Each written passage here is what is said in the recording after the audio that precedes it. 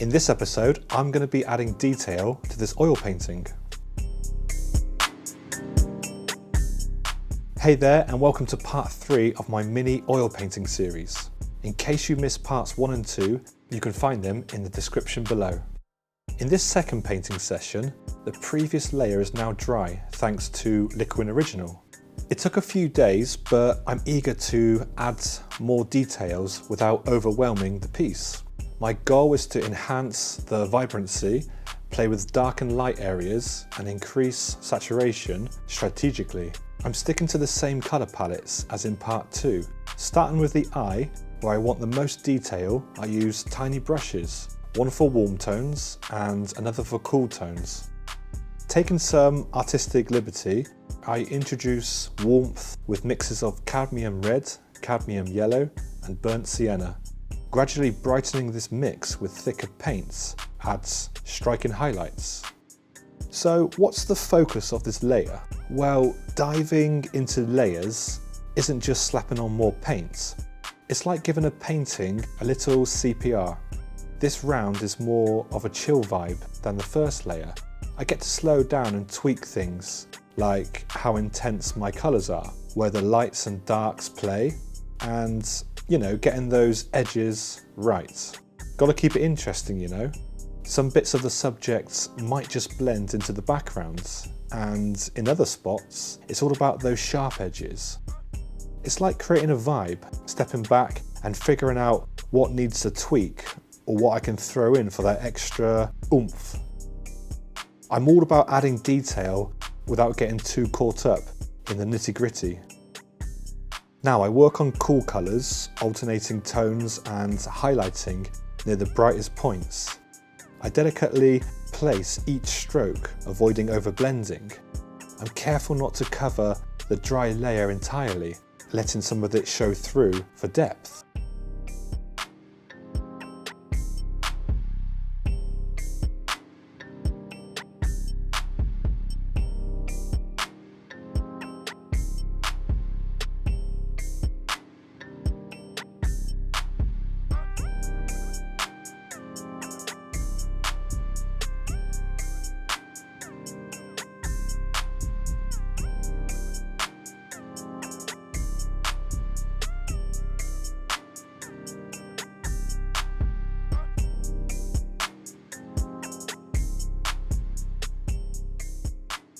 Now with a slightly larger brush, I can begin adding in my warm mixes. The same palette colours I used on the previous layer, but just enhancing the colours and adjusting the tones where needed.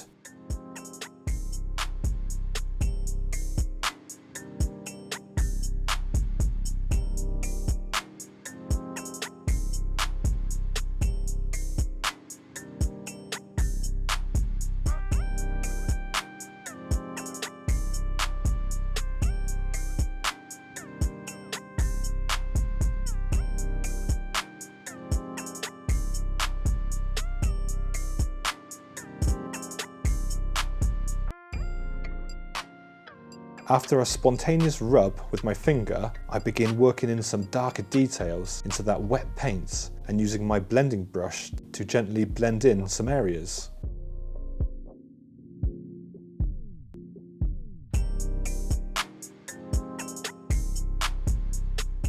Smaller details in the nose come next, using a smaller brush and indicating darker values elsewhere.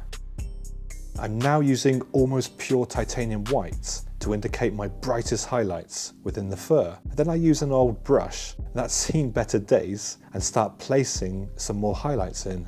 I never throw a brush away. These old, manky, half-destroyed brushes can create some amazing effects when painting fur, and they're also pretty good for blending.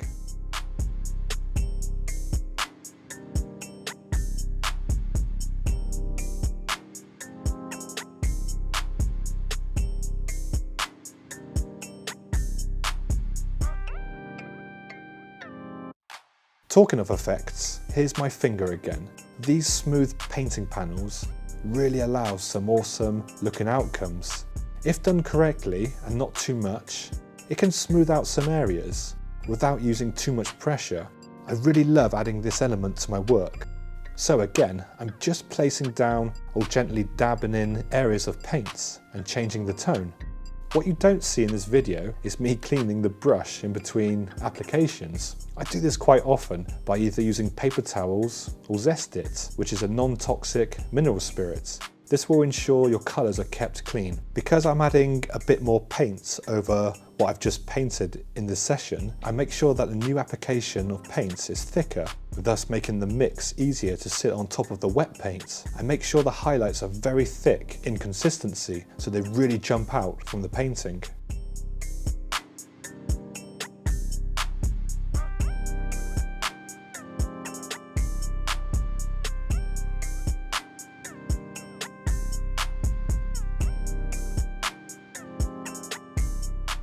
I've done pretty much all I can today with the deer when it comes to brushwork, and that means it's time for some real fun. I love working with the palette knife, usually towards the end of a painting session where I can really add some abstraction and interest. Palette knives are so versatile, you can get so many different textures and effects that you just can't achieve using a brush. From layering down thick impasto-like paints to creating tiny details, you can also blend with it too. For the flowers, I'm using a simple mix of quinacridone magenta and titanium white. And as usual, I'm not going for ultimate detail. I'm adjusting the tones accordingly and playing with blending techniques, blurring out that detail as I want the main focus to be the deer. For the greens, I use a simple mix of ultramarine blue and cadmium yellow, and I'm using my dagger brush to be really loose and gestural. I can then begin adding some thicker highlights.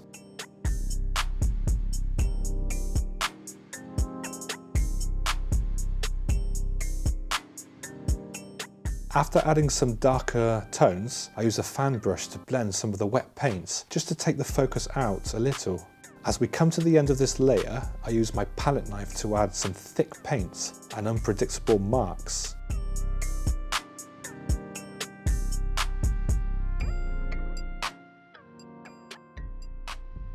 That's it for part 3. Don't forget to hit that subscribe button and enable notifications to stay updated as we continue this artistic journey. See you in the final part of this oil painting series.